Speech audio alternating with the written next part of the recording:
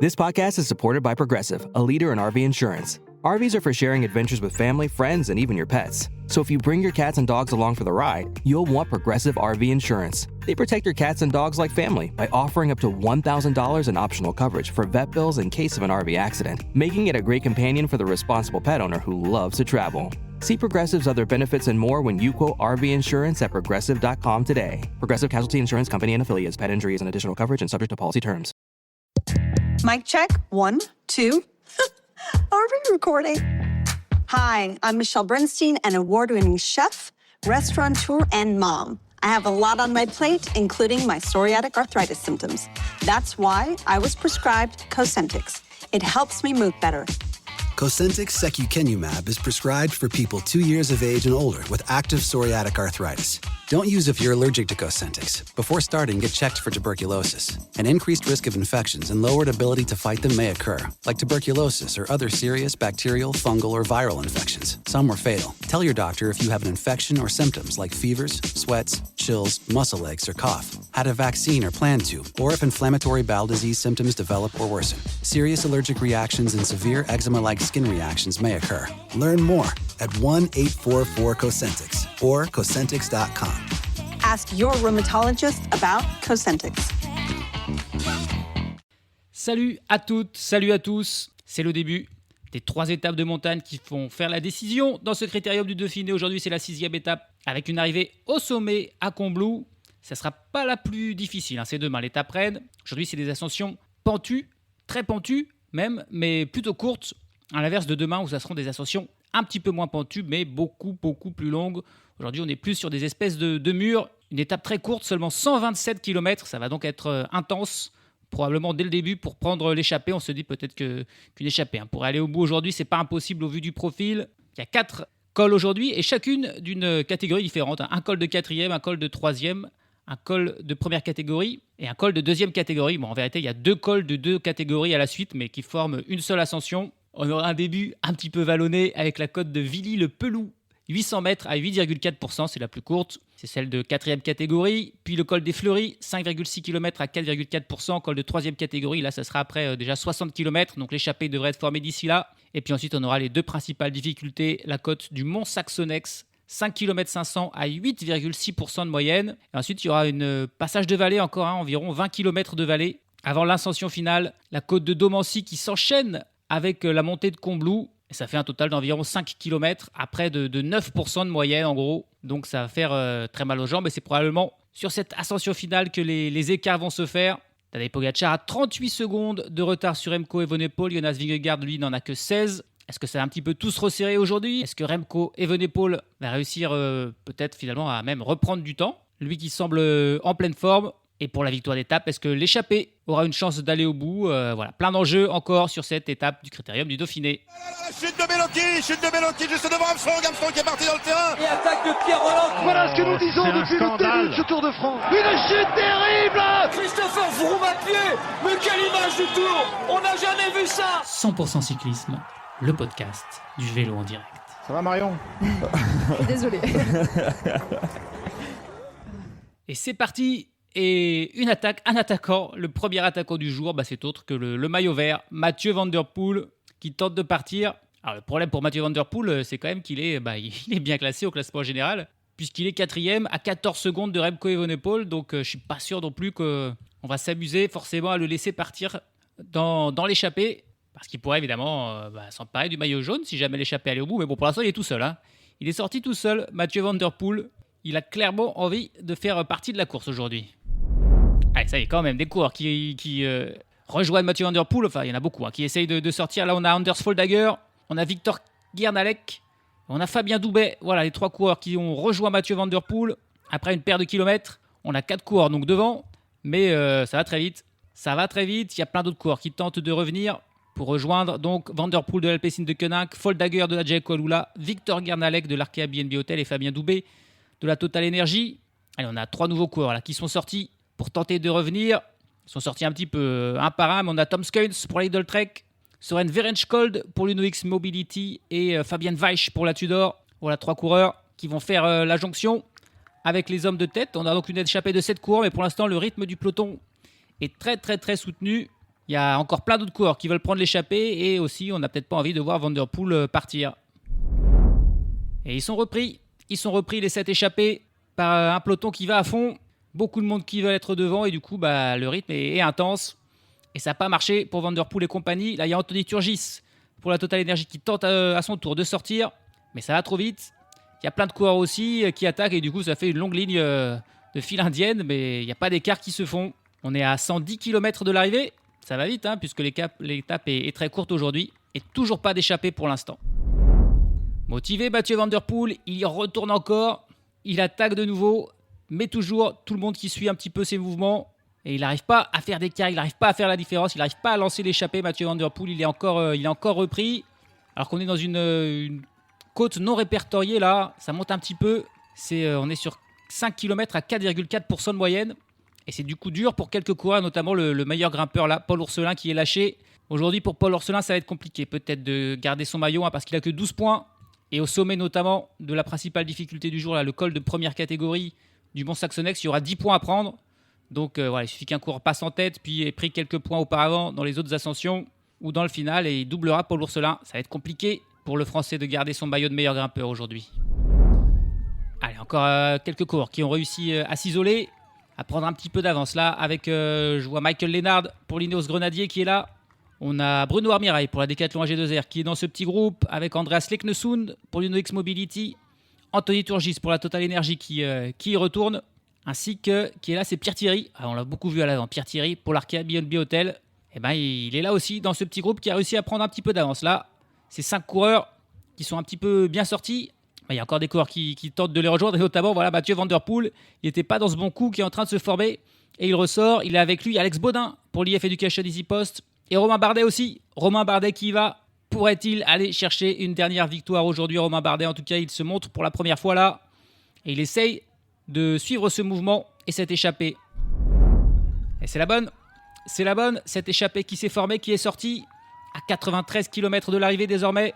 On a donc 8 hommes à l'avant avec 2 minutes et 10 secondes d'avance sur un peloton. Mais un peloton qui forcément va rouler parce que y a quand même des coureurs dangereux avec Mathieu Van Der Poel qui n'a que 14 secondes de retard, voire Leknesund qui est à 1,17 de Remco Evenepoel ou même Romain Bardet qui n'a que 2 minutes 14 de retard. Donc faut pas laisser non plus trop de champ à cette belle échappée, parmi lesquels il y a aussi Anthony Turgis, Bruno Armirail, Alex Baudin, Michael Lennard et Pierre Thierry. Encore 5 Français à l'avant avec un Canadien, un Norvégien et un Hollandais. Et puis là on est dans cette difficulté, ce petit mur là de Villy-le-Pelou. Et c'est Bruno Armirail qui passe en tête et qui prend le petit point qu'il y avait à prendre. Bruno Armirail, ça pourrait être un bel enjeu pour lui aujourd'hui, le maillot de meilleur grimpeur. S'il prenait encore des points lors de la suivante, où il y a 2 points à prendre au sommet, puis il passait en tête de la difficulté du col de première catégorie. Bon, ça fait beaucoup de si quand même, mais il aurait alors 13 points et serait leader de ce classement. Ça pourrait être un objectif pour lui aujourd'hui, pour Bruno Armirail. Pour le peloton, ça ne va pas redescendre tout de suite. Il va y avoir encore une longue montée, une longue partie non répertoriée avant, enfin, de retrouver la descente. Et au pied de cette descente, on attaquera le col des Fleuries. Et c'est 5 km 600 à 4,4% de moyenne. Et il y a une petite cassure là dans le peloton. Il y a une cassure dans le peloton. Et Remco Evenepoel, il n'est pas dans la première partie. C'est la Team Emirates qui s'est mis à rouler fort dans le peloton parce que on veut revenir un petit peu sur l'échappée. Et ça a fait une cassure. Et Remco Evenepoel, il était mal placé. Il est dans un deuxième groupe là. Alors ça devrait pouvoir revenir évidemment. Mais attention, il faut être vigilant. Et là, il n'a pas été Remco Evenepoel. Et puis on a pris des abandons, 2 abandons déjà dans cette course. Alessandro De Marchi, l'Italien de la Jericho Lula qui abandonne, ainsi que Camille Gradec pour la Bahrain Victorious. Là, c'est pas sur chute, il me semble, c'est plus sur... le début d'étape a été intense, terrible, et des coureurs à court de forme qui aiment peut-être pas bien grapper, qui sentent pas bien, fatigués, et qui abandonnent. Alors que c'est rentré pour Remco Evenepoel, qui est de retour dans le peloton qui s'était scindé en 2. Peloton de nouveau groupé, et qui poursuit donc 8 échappés avec 2 minutes de retard. Ah oui, je pense qu'il en a fait un objectif, Bruno Armirail, de ce maillot de meilleur grimpeur. C'est lui encore qui passe en tête du col des Fleuries. Il devance Romain Bardet et il prend 2 points en plus. Désormais, s'il passe en tête du col de Mont Saxonnex et qu'il prend ses 10 points, il serait alors le meilleur grimpeur. On l'a beaucoup vu cette saison, aller chercher ce maillot de meilleur grimpeur dans les tours par étapes. Il était passé pas loin. Sur le Tour de Catalogne, il avait terminé finalement 3e de ce classement, devancé par Primoz Roglic lors de la dernière étape. Et puis il avait remporté sur le Tour du Pays Basque ce maillot de meilleur grimpeur. Donc voilà, il s'en fait un petit peu un objectif à chaque fois. Et peut-être c'est ce qu'il ira chercher ensuite sur le prochain Tour de France, Bruno Armirail. Les échappés qui vont maintenant aller dans la descente. Il y aura environ une vingtaine de kilomètres de descente puis de plat avant donc cette côte de Mont-Saxonnex. 5 km 500 à 8,6%. Malheureusement, les échappés, probablement gênés par la présence de Mathieu Van Der Poel parmi eux, qui n'arrivent pas à avoir beaucoup d'écart, et même l'écart qui diminue plus que 1 minute et 25 secondes avec le peloton.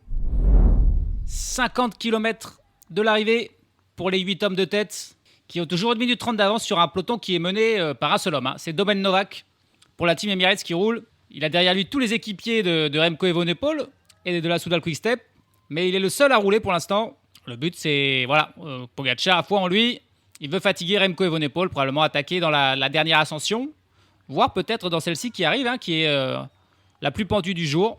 Le rythme continue d'être à fond. Là, vraiment, course courte, il n'y a jamais eu de temps mort. Là. Vraiment, il n'y a jamais eu de moment où le peloton s'est un petit peu reposé, relevé. Ça a été à fond du début à la fin, et les échappés qui continuent leur travail à l'avant, même s'ils sentent que ça va être compliqué aujourd'hui, vu que l'écart n'est pas grand. On va quand même faire un petit focus sur Pierre Thierry, là, parce que ça fait la 3e fois. C'est la 3e fois depuis ce critérium du Dauphiné qu'il est à l'avant, donc il mérite un petit focus, même si c'est pas le plus prestigieux des coureurs de l'échappée, loin de là, en compagnie de coureurs comme Van Der Poel, comme Bardet ou Turgis. Mais Pierre Thierry, il a 22 ans, le Breton, et il commence sa carrière tout juste.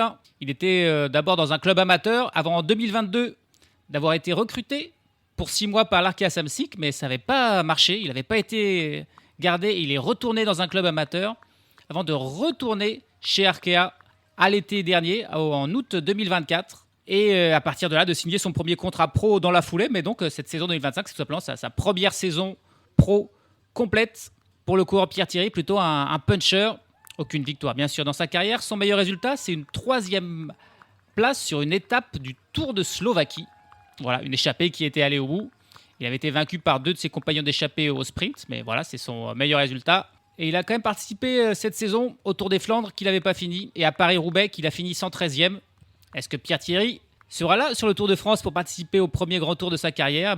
Il le souhaite, et c'est sûrement pour ça qu'il fait des efforts devant pour se montrer à son équipe, pour montrer qu'il est en forme, en espérant être sélectionné au sein de l'équipe Arkea BNB Hotel, une équipe Arkea BNB Hotel qui en plus vit sa dernière année là au niveau World Tour, puisque tout porte à croire qu'elle sera reléguée en division Pro Tour à la fin de la saison. Pas assez de bons résultats, donc il faut profiter de leur présence dans tous ces événements, et c'est pour ça que Pierre Thierry est à l'avant-devant en compagnie de Michael Lennard pour l'Ineos Grenadier, de Bruno Armirail pour la Décathlon, d'Alex Baudin pour l'IF, de Mathieu Van Der Poel pour la Pessine de Koenig, d'Andreas Leknesund pour l'Uno-X, de Romain Bardet pour la Picnic Post-NL et d'Anthony Turgis pour la Team Total Energy.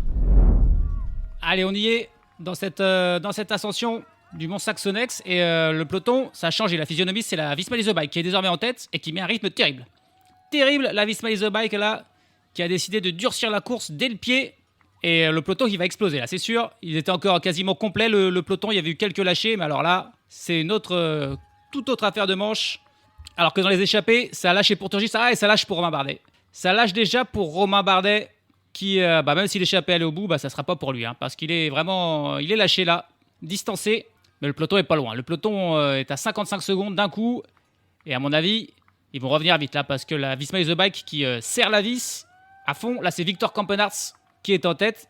Mais il a encore derrière lui Ben Tullet. Il a encore Matteo Jorgensen. Il a encore Sepp Kuss et Jonas Vingegaard évidemment. Donc ça pourrait faire très mal. Alors que j'ai l'impression que Remco Evenepoel, il a pas le moindre équipier avec lui. Il est déjà tout seul. Pogacar, lui, il a encore Pavel Sivakov et Jonathan Narvaez au moins. On voit Henrik Mas qui est toujours là aussi. Lipovic aussi. J'ai pas vu si Lenny Martinez était lui encore là, parce que le peloton est vraiment en train de diminuer d'un coup. Et ça lâche pour Van Der Poel à l'avant. Ça lâche aussi pour Mathieu Van Der Poel parmi les échappés. Qui nous reste alors? Il reste Armirail, Baudin, Michael Lennard et Andreas Leknesund qui s'accrochent en dernière position de ce quatuor. Mais ça va être compliqué. Ça va être compliqué pour Armirail aussi. Le but, c'est probablement de passer au sommet, de prendre les 10 points. Mais il reste encore 4 km d'ascension et il n'y a plus que 43 secondes d'avance. Et tiens, l'attaque de Sepp Kuss là. L'attaque de Sepp Kuss. Et c'est Tadej Pogacar qui est le premier à sauter dans sa roue. Vingegaard, évidemment, qui le suit comme son ombre. Et Remco Evenepoel qui réagit avec un temps de retard, mais qui parvient à revenir. Matteo Jorgensen qui suit. Lipovic aussi. Et Lipovic qui revient et qui met une attaque. Florian Lipovic qui met une attaque. Et alors, qui va y aller là? Ça serait à Remco Evenepoel, forcément, de réagir. Et personne. Et ils se regardent les trois. Ils se regardent Pogacar. Pogacar, il a suivi Sepp Kuss parce que c'était un Visma. Mais il y va pas. Et du coup, c'est Matteo Jorgensen qui réagit. Et voilà, quand Matteo Jorgensen y va, Pogacar y va. Van Gaal qui suit. Et Remco Evenepoel ensuite. Et c'est à peu près tout. Henrik Mas, c'est un tout petit peu plus loin. Et je vois pas de Français. Je vois pas de Lenny Martinez. Et là, la Visma Lease Bike qui fait preuve de sa supériorité de son équipe. Là. Kuss qui est attaqué. Puis Jorgensen là maintenant qui fait le travail. Mais ils sont pas revenus sur Florian Lipovic. Ils sont pas revenus sur Lipovic. Attention, Lipovic, il n'a que 3 secondes de retard sur Evenepoel au classement général. Et il y a encore un décathlon dans ce groupe où il y a encore tous les favoris. Est-ce que c'est Berthet ou est-ce que c'est Sexas? J'ai pas bien vu. Par contre, il n'y a pas Lenny Martinez. Il n'y a pas Lenny Martinez qui est lâché, tout comme son équipier Santiago Buitrago. Il leur fait mal, Lipovic. Ils n'arrivent pas à revenir, malgré le travail de Jorgensen. Et c'est incroyable. Avec Jorgensen, on a donc Vingegaard et Sepp Kuss. 3 coureurs de la Visma Lease Bike. On a Tadej Pogacar qui a encore un équipier avec Tim Wellens qui est là. On a Remco Evenepoel, on a Henrik Mas et on a Paul Sexas. Et on a Paul Sexas qui est là avec tout cela. Alors là, il fallait le voir. On savait qu'il était un potentiel grand, mais alors là, c'est assez fort. C'est assez fort. Et devant, on a toujours les échappés avec Alex Baudin et avec Michael Lennard qui ont lâché Bruno Armirail et Leknesund. Ils sont plus que 2 devant, donc Michael Lennard et Alex Baudin. Et ces 2 coureurs ont 43 secondes d'avance sur Florian Lipovic, qui est toujours isolé, lui-même à 7 secondes. 7 secondes d'avance sur le groupe du maillot jaune, qui est mené par Tim Wellens avec Pogacar dans sa roue. Puis les 3 coureurs de la Visma Lease Bike, avec également Remco Evenepoel, avec Henrik Mas, avec Paul Sexas et avec Eddie Dunbar, qui est revenu de l'arrière, le coureur de la Jayco Alula. Et c'est tout. Énorme le travail d'Alex Baudin, qui passe en tête au sommet de ses difficultés et qui n'a pas perdu de temps du tout avec le groupe maillot jaune. Il a même repris un petit peu de temps, il a 58 secondes. 58 secondes d'avance pour Alex Baudin qui a fait la montée seul en tête. Michael Lennard dans sa roue n'a pas passé un relais, s'accroche. Et il est toujours là, Michael Lennard. Mais c'est Baudin qui passe en tête avec 1 minute d'avance sur le groupe maillot jaune où a été repris finalement Florian Lipovic. On a encore Bruno Armirail qui est intercalé quelque part entre les 2 hommes de tête et le peloton maillot jaune où on retrouve Florian Lipovic, Jonas Vingegaard, Matteo Jorgensen, Ben Tolet est encore là pour la Visma Lease Bike, mais plus Sepp Kuss. Et puis on a Tadej Pogacar avec son équipier Tim Wellens, Remco Evenepoel, Paul Sexas, Henrik Mas et Eddie Dunbar. Ils sont encore 10 coureurs dans ce groupe maillot jaune. Outre Lenny Martinez et Buitrago, un principal absent, c'est peut-être bien Carlos Rodriguez, le leader de l'Ineos Grenadier, qui n'est pas là. Et ça, c'est assez décevant quand même de sa part pour l'Espagnol. Allez, dans la descente, 34 km de l'arrivée, on a vu Matteo Jorgensen tenter encore d'attaquer. La Visma Lease Bike, ils sont en supériorité numérique, donc ils vont bien sûr tenter des choses, mais tout le monde l'a suivi. Et puis on a 2 coureurs de l'Uno-X, Andreas Leknesund, rescapé de l'échappée, qui a été repris de l'avant, et Tobias Johannesen, qui lui est revenu de l'arrière, et qui sont revenus dans ce groupe maillot jaune pour les deux Norvégiens de la Uno-X. On a une descente d'une dizaine de kilomètres, et puis ensuite on aura 20 km de vallée, de plat. Et là, ça risque d'être le moment peut-être un petit peu plus compliqué pour Alex Baudin et Michael Lennard, qui sont toujours devant. Et à voir si les coureurs de la Visma vont pas s'amuser à attaquer aussi sur le plat là. Ça nous rappellerait la fameuse étape du col de la Lose où Roglic et Vingegaard ont harcelé Tadej Pogacar. Le rythme qui se calme un peu dans le groupe du maillot jaune, ça va permettre au groupe Lenny Martinez, au groupe Buitrago, au groupe avec aussi Guillaume Martin, avec Carlos Rodriguez, avec aussi Sepp Kuss ou Pavel Sivakov, qui vont revenir sur le groupe du maillot jaune de Remco Evenepoel. Et donc on va avoir un groupe beaucoup plus conséquent là d'au moins 25 coureurs. Jonction faite, Lenny Martinez est de retour. On a aussi le jeune français là, de la Tudor, Mathis Rondel, qui est dans ce petit groupe et qui revient de l'arrière. Ça aussi, c'est une belle performance. Et là, on voit tout le monde un petit peu essayer d'aller à sa voiture, chercher des bidons. Et tout ça profite un petit peu aux 2 hommes de tête, Michael Lennard et Alex Baudin, qui ont 1 minute et 17 secondes d'avance. Eux, ils ne se relèvent pas. Ils n'attendent pas que ça revienne de l'arrière. 25 km de l'arrivée. Et les 2 coureurs qui collaborent bien. Michael Lennard, il était limite dans l'ascension, mais là, sur les parties plates, il reprend son travail. Bruno Armirail, lui, s'est laissé reprendre aussi. Il est de nouveau dans ce groupe du maillot jaune. Il va être là pour travailler pour Paul Sexas. On a donc de nouveau un peloton un petit peu plus conséquent, d'une 25 coureurs environ. Pour l'instant, qui ne s'est pas mis en mode poursuite des 2 hommes de tête. Ils vont probablement attendre la dernière difficulté du jour et ces 2 cols de 2 catégories qui s'enchaînent. Il n'y a absolument pas ni même de descente, ni même de plat. C'est 2 ascensions différentes, mais en une seule. La côte de Domancy, 2 km 500 à 9,3%. Puis la côte de la Crie qui amène à Combloux 2 km 700 à 7,7%, mais qui s'enchaînent absolument l'une après l'autre. Et puis, on va arriver à un sprint intermédiaire aussi. Alors, ça sera pour les deux hommes les premières secondes, mais il restera une petite seconde à prendre. Alors, est-ce que les favoris vont laisser des petites forces pour aller chercher la seconde qui reste à prendre? On va voir ça. Alex Baudin qui est passé en tête de ce sprint intermédiaire devant Michael Lennard en passant son relais. Et maintenant, c'est le peloton qui arrive et on va voir si quelqu'un va s'y amuser. Il y a une seconde à aller chercher. Pour l'instant, c'est Pavel Silakov qui est en tête de ce peloton avec Jonathan Narvaez dans sa roue. Voilà, deux coureurs qui sont revenus un petit peu de l'arrière. Et c'est Jonathan Narvaez qui va... Oh, il y a Jorgensen. Matto Jorgensen qui a tenté d'attaquer, mais Jonathan Narvaez a immédiatement répliqué. C'est encore les équipiers qui se battent pour ces petites secondes. Et c'est Jonathan Narvaez qui a pris cette seconde pour empêcher Jorgensen d'en prendre une. Puisque Jorgensen, il est évidemment toujours bien placé au classement général. Il est 8e. Il a justement une seconde de retard sur Tadej Pogačar. Et 39 sur Remco Evenepoel. Avec quelques coureurs que j'ai vus, que j'ai pas encore cités, qui ont été de retour dans ce groupe maillot jaune aussi. On a Mathieu Burgodeau pour la Total Energy. On a Gregor Mühlberger, l'équipier d'Henrik Mas.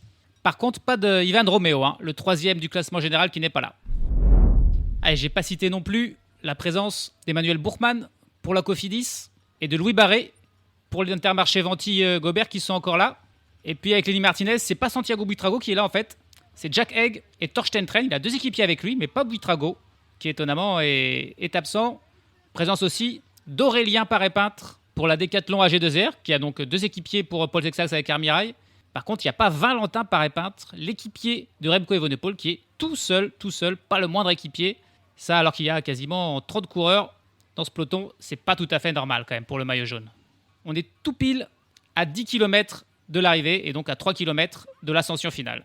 Les échappés, Lennard et Alex Baudin ont 1 minute et 15 secondes d'avance sur un peloton qui est mené par la Team Emirates. C'est Pavel Silakov qui est en tête et qui roule. C'était le plus fort, Alex Baudin, et c'est lui qui attaque dès le pied 8 km de l'arrivée. Et Alex Baudin qui attaque et qui lâche Michael Lennard qui s'écroule, qui se rassoit, il peut pas suivre. Il est vraiment en forme, Alex Baudin. Il a profité du travail de Michael Lennard là, dans cette partie de vallée sur le plat. Et là, dès que ça a commencé à grimper, il est sorti.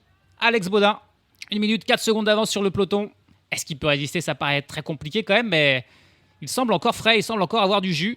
Mais si Pogačar, Vingegaard allume derrière, ça va être dur. Ah, ça lâche pour Lenny Martinez derrière. Ça lâche pour Lenny Martinez, qui décidément n'est pas dans un grand jour. Il est un des tout premiers à lâcher dans le gros relais là, de Jonathan Narvaez. Ça monte très vite.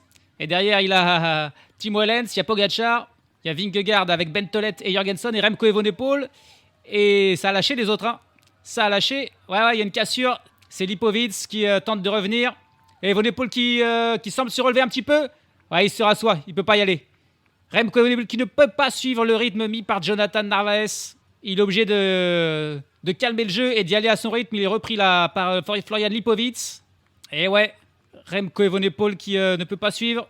Et ça lâche aussi pour Jorgensen. Ah là là, et d'un seul coup, le changement total de physionomie. C'est Vingegaard qui est isolé. Il est seul avec 3 Team Emirates. Jonathan Narvaez qui lâche son relais. Tim Wellens qui ne peut pas passer de relais. Et Pogačar qui accélère. Et Vingegaard qui le suit. Ah, c'est une attaque assise pour Pogačar. Vingegaard qui suit pour l'instant sans trop de difficultés. Et derrière, ça a explosé de partout. Ouais, Pogačar qui est parti. Vingegaard peut pas suivre.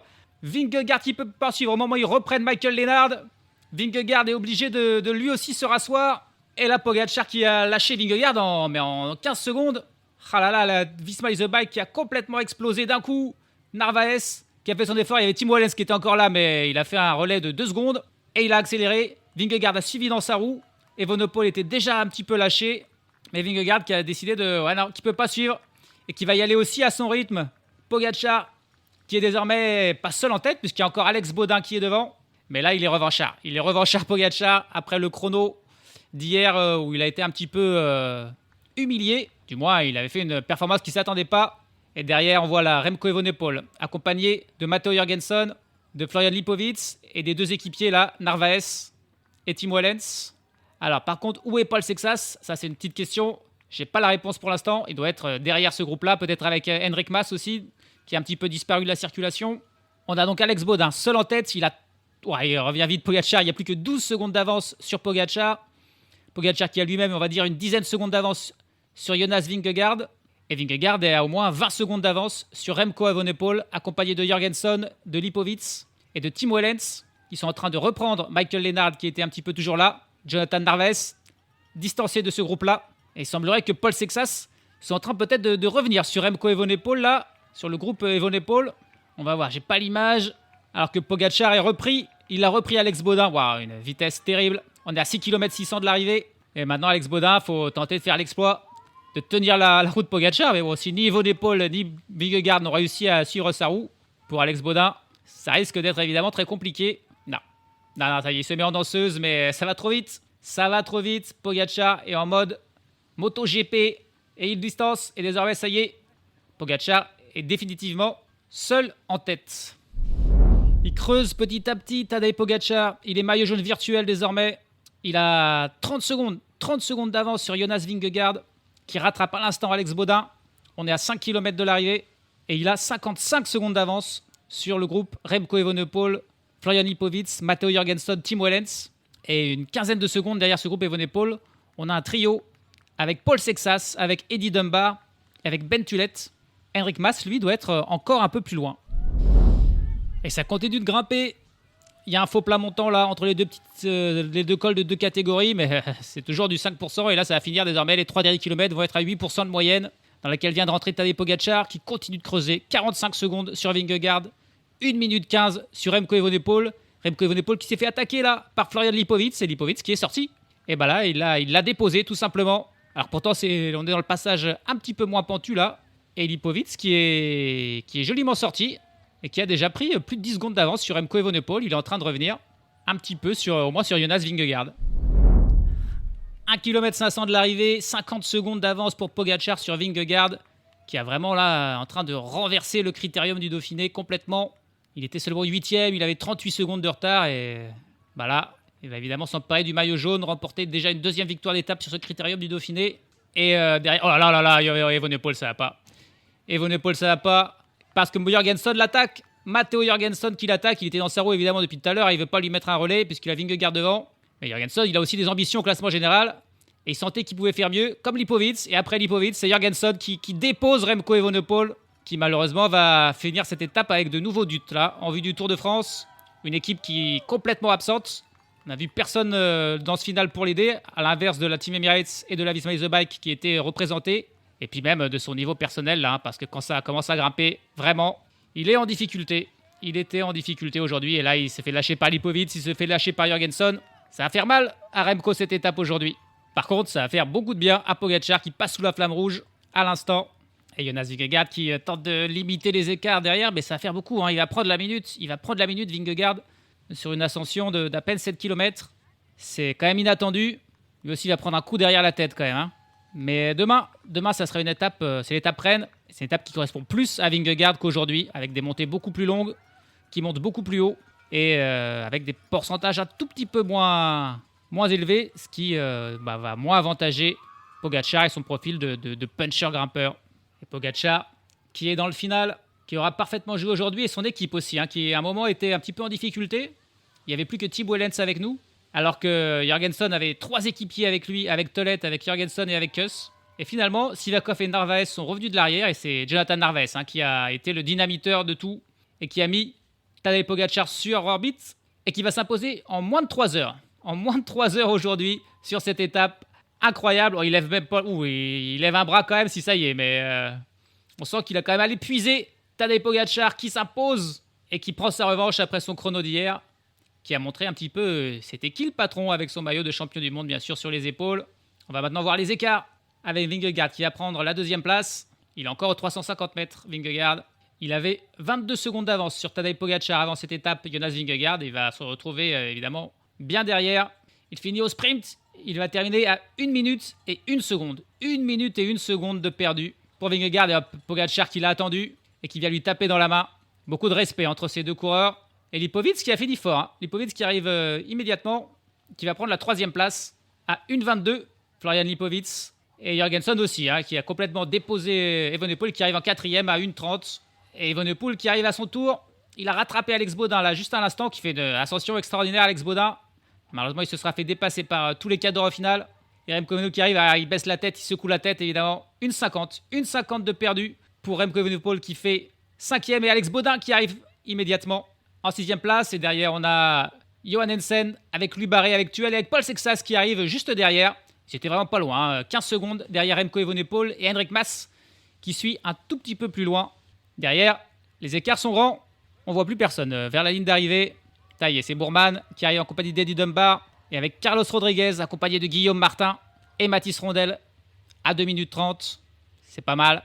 Et Jack Egg qui arrive pour la Bahrain Victorious avec Jordan Jegat et Lenny Martinez qui arrive seulement maintenant. Grande difficulté Martinez.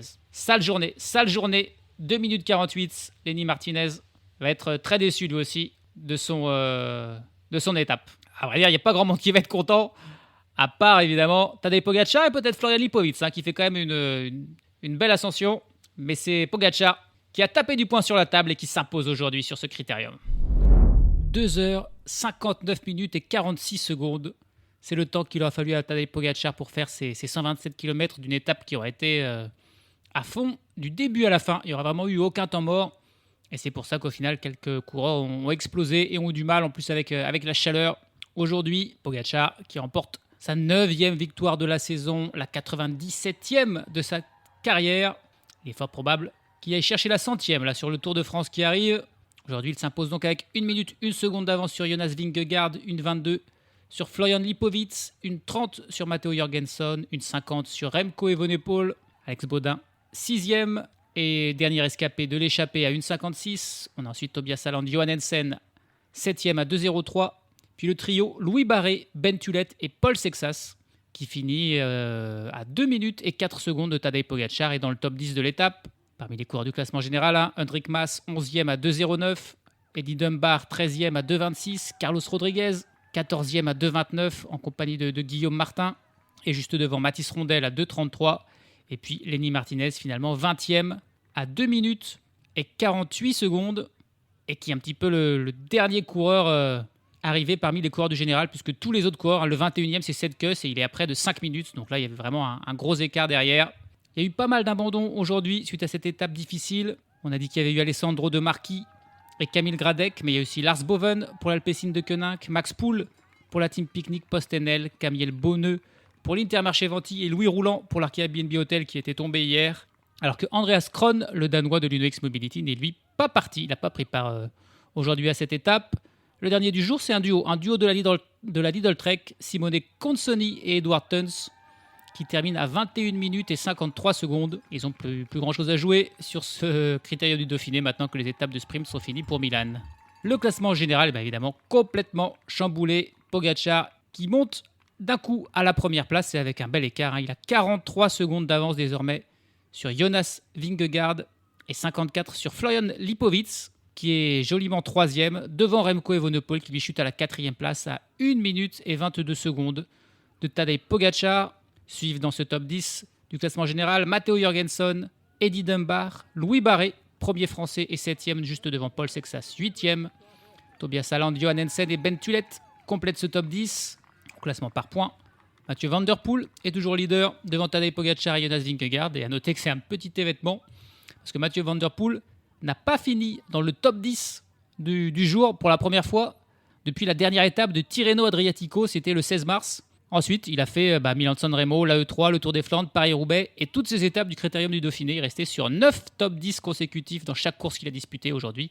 Il a fini loin après avoir tenté de prendre l'échappée. Et puis au classement de la montagne, c'est très serré. Mais c'est Alex Baudin qui est passé en tête de la principale difficulté du jour, puis du col de deuxième catégorie avant d'être repris par Tadej Pogačar qui est en tête avec 13 petits points. Et il devance Paul Orselin qui a 12 points et Tadej Pogačar qui a aussi 12 points. Donc c'est très serré. Alex Baudin, s'il veut défendre ce maillot, il faudra qu'il soit encore offensif là, dans les 2 jours qui viennent.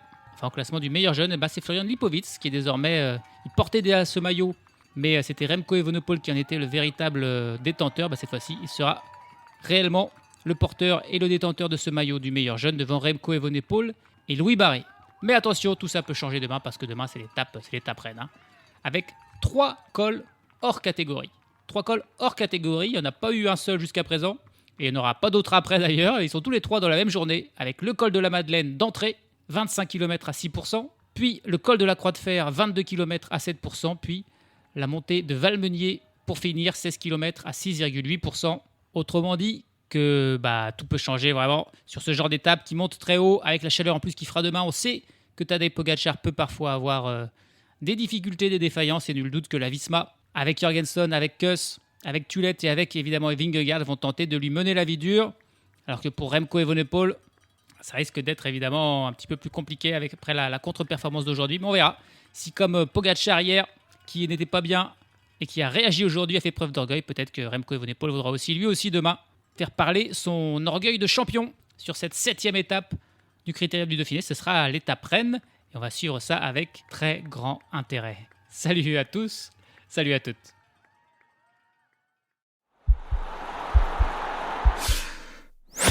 This podcast is part of the Sports Social Podcast Network.